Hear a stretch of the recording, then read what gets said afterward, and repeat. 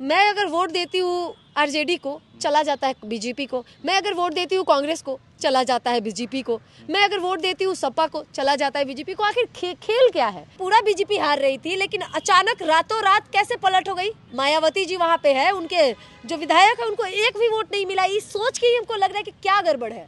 Actually उनके परिवार ने तो उनको वोट दिया होगा। वहाँ की महिला कह रही थी कि इस बार मोदी हमें नहीं चाहिए। एक एक गांव में मैं जाके खबर की हूँ, वहाँ पे देखा है कि मोदी जी मुझे नहीं चाहिए। अखबार मोदी जी का, मीडिया मोदी जी का, ईवीएम मोदी जी का, चुनाव आयोग मोदी जी का, हर कुछ मोदी जी का। फिर मोदी जी जीतेंगे ना? राशन पे बिल्कुल वोट नहीं मिला, ईवीएम में गड़बड़ी हुई है। मोदी जी को हम 5 किलो राशन देते हैं, खा के दिखाए 1 महीना, पॉसिबल ही नहीं है। ईवीएम भी तो कांग्रेस ने ही तो लाया था, तो ईवीएम का विरोध भी तो मोदी जी किए थे। अब समझ लिए कि चुनाव आयोग मेरा हो गया तो अब ईवीएम मेरा हो गया। उनके पास मुद्दे हैं हिंदू मुसलमान, इंडिया पाकिस्तान, मंदिर मस्जिद। वो लोग बेवकूफ है जो राम मंदिर के नाम पे किसी को वोट दे रहे हैं। 2 राज्यों में खुद जानबूझ के हारी है ताकि जनता का शक उनके ऊपर ना जाए और ईवीएम से लोगों का नजर हटा रहे। लेकिन जनता बेवकूफ नहीं है, अब हमारी नजर ईवीएम पे है। मध्य प्रदेश, छत्तीसगढ़ और तेलंगाना में कांग्रेस की करारी हार हुई है। तमाम नेता ईवीएम पे सवाल खड़े कर रहे हैं। तो हमारे साथ एक्टिविस्ट अंजलि जी होंगे जो लगातार मध्य प्रदेश को कवर भी कर रही थी। अंजलि, आप तो मध्य प्रदेश भी गई थी,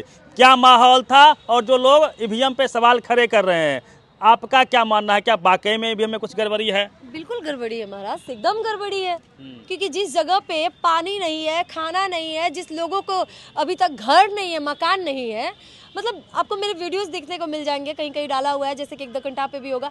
लेकिन एक एक चीज जो है वहाँ पे लोगों से एकदम उल्टा हो गया है। वहाँ पे जिसके पानी नहीं है वो क्यों भी मोदी सरकार को वोट देगा, आप बताइए? क्योंकि जीने का आधार पानी माना जाता है। हम वहाँ पे देखें कि 1 दिन पानी भर के 10 दिन घर चलाया जाता है। ये एमपी की बात बता रहे हैं हम आपको। वहाँ पे ईवीएम है, ये बात सच्चाई है। क्योंकि वहाँ पे पूरा बीजेपी हार रही थी, लेकिन अचानक रातों रात कैसे पलट हो गई? ऐसा कैसे हो सकता है कि एक विधायक को एक भी वोट ना मिले? मायावती जी वहाँ पे है, उनके जो विधायक है उनको एक भी वोट नहीं मिला। इस सोच के ही हमको लग रहा है कि क्या गड़बड़ है। एक्चुअली उनके परिवार ने तो उनको वोट दिया होगा, जहाँ उनका घर है, जहाँ उनका घर है, और किसी ने ना सही, लेकिन जहाँ अगर मैं रह रही हूँ, जहाँ मेरे अपने मम्मी पापा है, मेरे परिवार है, बाकी सब लोग हैं, वो लोग मुझे वोट दे रहे होंगे। तो देखिए कि मेरा वहीं पे एकदम दिमाग ठनका कि नहीं, ईवीएम है। एक वीडियो भी आ रहा था कि जो ताला था ईवीएम का जो आया था काउंटिंग करने के लिए, उस समय में उस पे सील नहीं लगा हुआ था। फिर आखिर क्या गड़बड़ है, क्या हो रहा है, कौन इसमें गड़बड़ी कर रहा है? क्योंकि भाई ये तो सच्चाई है। अखबार मोदी जी का, मीडिया मोदी जी का, ईवीएम मोदी जी का, चुनाव आयोग मोदी जी का, हर कुछ मोदी जी का। फिर मोदी जी जीतेंगे ना? फिर सवाल ये उठ रहा है कांग्रेस कैसे आ गई, ये भी तो सवाल वहाँ पे नहीं चली होगी मोदी जी की शायद। या ये हो सकता है कि जैसे बच्चे को हम लोग ट्रॉफी देते हैं ना कि चुप हो जाओ, जैसे 5 राज्यों में चुनाव हुआ, अगर 5 राज्यों में मोदी जी जीत जाते तो मोदी जी का जनता क्या हाल करता? क्योंकि जनता वोट तो गधे है नहीं कि दे रही है।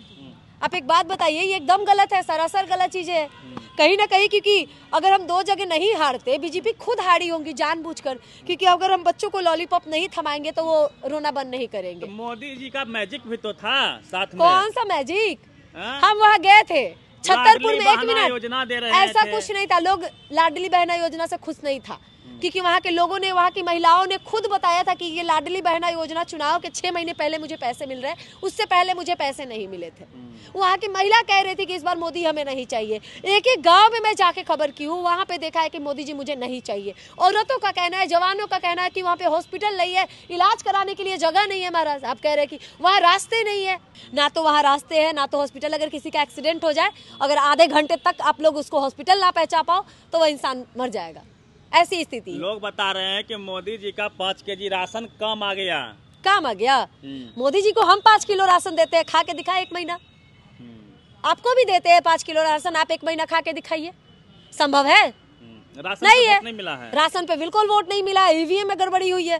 क्योंकि हो ही नहीं सकता कि मैं खड़ा हुआ, मेरे परिवार का वोट मुझे ना मिले, ये संभव नहीं है। उस विधायक के बीवी, उस बच्चे उसको वोट ना दिए हो, पॉसिबल ही नहीं है। ईवीएम भी तो कांग्रेस ने ही तो लाया था, तो ईवीएम का विरोध भी तो मोदी जी किए थे। अब समझ लिए कि चुनाव आयोग मेरा हो गया तो अब ईवीएम मेरा हो गया। अब विरोध करके देखिए ना, मोदी जी नहीं हटाने देंगे ईवीएम। अब कीजिए जाके विरोध। अब कांग्रेस विरोध कर देगी ना कि ईवीएम हटा दो, तो मोदी कहेगी हम नहीं हटाएंगे। वही बीजेपी तलवे चाटना शुरू कर देगी आपकी। वहाँ योगी जी बता रहे थे कि आप सबको राम मंदिर घुमाने ले चलेंगे, ये भी तो मैजिक काम किया होगा। राम मंदिर का मुद्दा, वो लोग बेवकूफ है जो राम मंदिर के नाम पे किसी को वोट दे रहे हैं, क्योंकि हमारे लिए प्रथम प्रायोरिटी जो होती है वोट लेने की या देने की, तो वो चीज होती है या तो रोजगार होगी, या तो एजुकेशन होगी, या तो गरीबी होगी। लेकिन ये तीनों मुद्दा बीजेपी के पास नहीं है। उनके पास मुद्दे हैं हिंदू मुसलमान, इंडिया पाकिस्तान, मंदिर मस्जिद। इसके अलावा उनके पास कोई मुद्दा नहीं है, उनके पास कोई भी टारगेट नहीं है चुनाव जीतने की।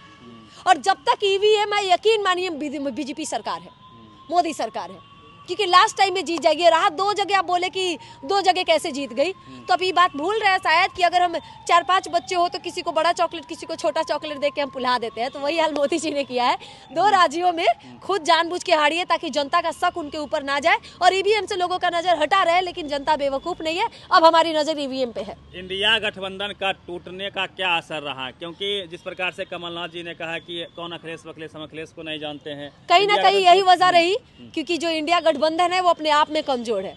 अगर उनको मजबूत होना है तो उनके जो पार्टी के अंदर जो दलाल बैठे हैं उनको पकड़ना पड़ेगा, क्योंकि ये सच्चाई है कि जो इंडिया गठबंधन है उसमें अपने ही लोग उस गठबंधन को कमजोर कर रहे हैं। और ये शायद पार्टी के जो मुखिया होते हैं या बड़े बड़े नेता होते हैं, नाम नहीं लेना चाहेंगे, कांग्रेस कर रहा है, अखिलेश कर रहे हैं, नहीं देखिए ये गठबंधन है और गठबंधन के अंदर एक के आप नाम नहीं ले सकते कि एक पार्टी को कमजोर कौन कर रहा है। कोई भी कमजोर कर सकता है। कांग्रेस के अंदर भी कमजोर करने वाले होंगे, या राजद के अंदर भी कमजोर करने वाले होंगे, या अखिलेश यादव के पार्टी के अंदर भी लोग कमजोर करने वाले होंगे। ये तो स्पष्ट हो गया ना, स्पष्ट है। कमलनाथ जी पहचान नहीं रहे अखिलेश को। अखिलेश को क्यों नहीं पहचान रहे? वहां पे जिस दिन अखिलेश यादव बोले थे कि जिनके नाम में ही कमल हो, ये बयान आप लोग बहुत सुने होंगे। उस समय में मैं वही मौजूद थी, उस समय में जहाँ पे वो बयान दे रहे थे मैं वही खड़ी थी। तो कहीं ना कहीं उनके दिल के आहत हुआ था, क्योंकि एक भी सीट कांग्रेस की तरफ से अखिलेश यादव को नहीं दिया गया था। ये वजह था अखिलेश यादव का उनका विरोध करने का।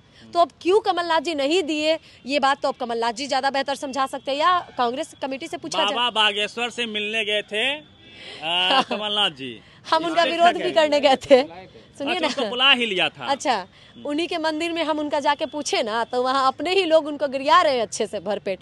कहिएगा तो एक वीडियो है जहाँ पे धीरेन्द्र शास्त्री के मंदिर के अंदर से हम उनका बुराई करके आए हैं, और मुझे बिल्कुल गर्व है कि हम उसके मंदिर में भी सवाल पूछने का काम किए हैं और वहाँ के जनता ने अच्छे से सवाल का जवाब दिया है उनके मंदिर के अंदर से। इसका असर 24 में पड़ेगा अंजलि, क्या लगता है? देखिए ईवीएम का अब असर उल्टा होगा। मुझे लग रहा है कि अब शायद जनता में बहुत जनता वोट, देखिए कहीं ना कहीं अब जनता को समझदार होना होगा।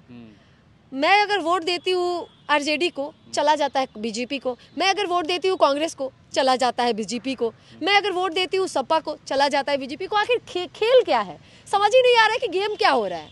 आखिर ये गेम खेल कौन रहा है हमारे साथ?